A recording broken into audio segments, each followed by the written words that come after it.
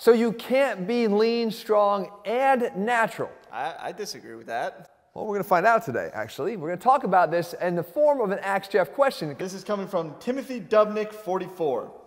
Jeff, I watched your video on good, fast, or cheap when it comes to nutrition, and it was super helpful. Would you say the same thing applies in the case of lean, strong, and natural? You can only be two, but you can't be all three.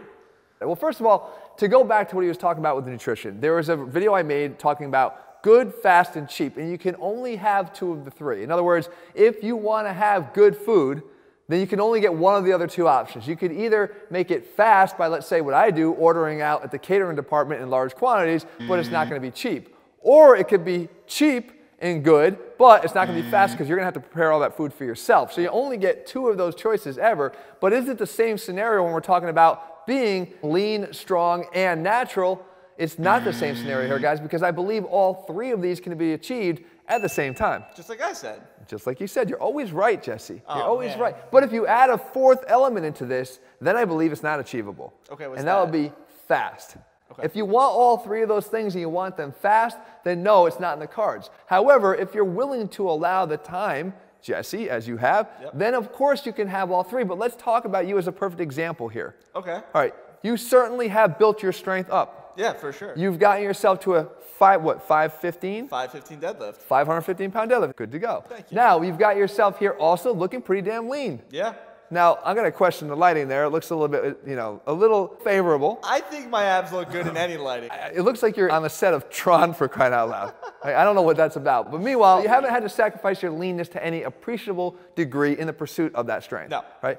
And certainly natural. I don't think anybody's going to argue that Jesse's not natural. Although there are some people out there if you can believe that. that claim that. It must make you feel good.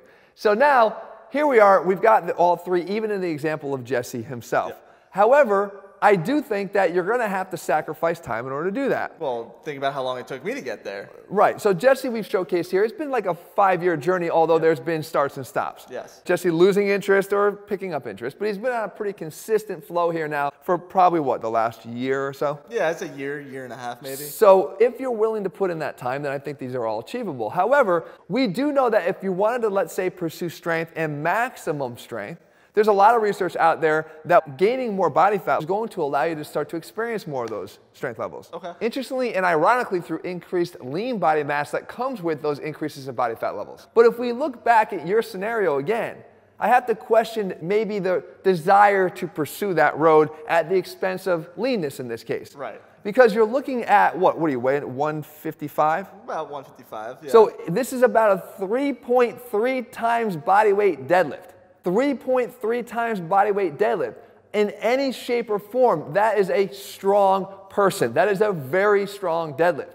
And though Jesse could potentially max out even further, it's an indication like what if he was willing to let go of his 8-pack. Yeah, I started putting on some body fat. Right. Could he do more? I'm sure he could. But to what end? Is that important to you?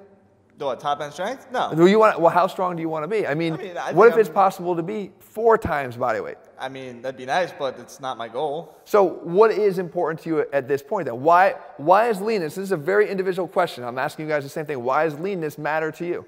I like looking good and I like feeling good because at my body fat level, I still feel really, really good. All right, and your body fat level is currently at what, like 10%? I'd say about 10 to 11%, yeah. Okay, so I am going to qualify this because I think that it's very important. Whenever you talk about body fat levels, it is very subjective, right? What you see. My eyes see what I see. For example, when I look at this picture of Arnold at 6'2", my eye likes what I see. In other words, that was the physique that when I was a kid, I wanted to sort of build towards. Knowing that I never was going to really get there, but at least I liked the aesthetics of it. I can compare that to a 6'2" Jim Carrey here, and it just doesn't do the same thing for me. I don't want to look like that, though I recognize that some people out there might be perfectly fine with that and not put in the extra work it would take to get to the level of Arnold. Or you could say that, look, Arnold obviously was clearly not natural, so I could take a different example, just a stock photo of somebody who is obviously on the leaner side and say, that is something more preferential to me than, say, somebody who still works out but is carrying a higher level of body fat. Again, your preferences might be different than mine. However, I believe that when you're looking to sort of round out the package, if you could appreciate high levels of strength, not necessarily maximum levels of strength, and still have a certain aesthetic that you desire, is that not a better scenario? Oh, I definitely think it is. Without having to go through sort of the ups and downs of bulking and cutting. And I've mentioned before, potentially getting stuck in one of those bulks because some of the habits that are learned in the bulking process are sometimes harder to break for some versus others. So now some will say that I just favor this because, ATHLEAN, and I'm always about being athletic and lean and ripped, and, the athletes that I train. Guys, it's a different scenario when we're talking about athletics and athletes. Right. And, it's all over the map, quite frankly, because it depends on even the athlete you're trying to define.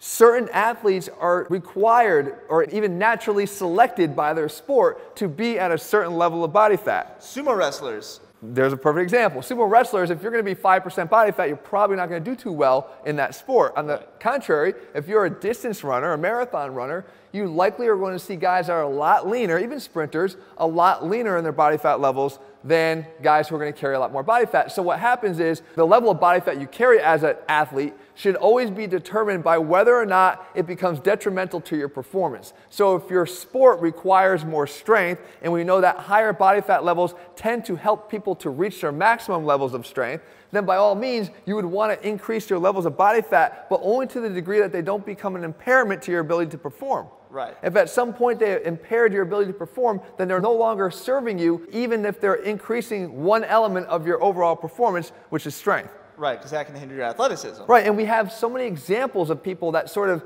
do things at all different levels of body fat. Right. You take DK Metcalf, excelling at an incredibly lean body fat level, or you've got guys that are heavier that are just as effective. The same thing can be said about baseball. I saw all kinds of body fat levels. Jose Reyes, who was with me for 3 seasons with the New York Mets and stayed healthy for all 3 seasons, did so at a high single-digit body fat percentage every single year, very steady, and he performed at the highest level that he possibly could. What about a guy like Bartolo Colon?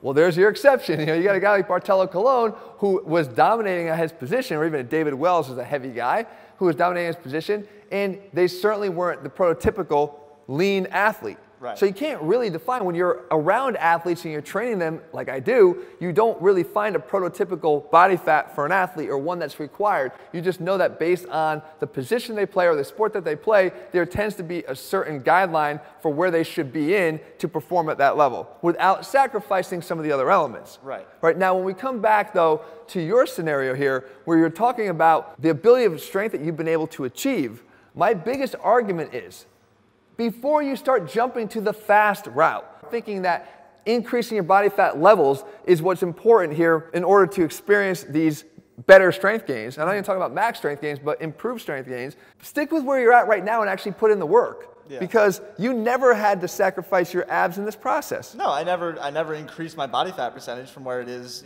consistently been for the last couple of years. Right. So you've been able to sort of continue to increase your deadlift strength substantially, again, to a point where it's 3.3 times your body weight. And again, admittedly, maybe not even close to your top end strength. You might be the biggest genetic freak going. Jesse, imagine that. Can you imagine? Can you imagine that? But I'm saying, you might be at elite level strength levels, but keeping yourself lean is holding you back from that. But you have to ask yourself that question again, to what end? Isn't it worth the other part of it? And for you, it happens to be. Yeah.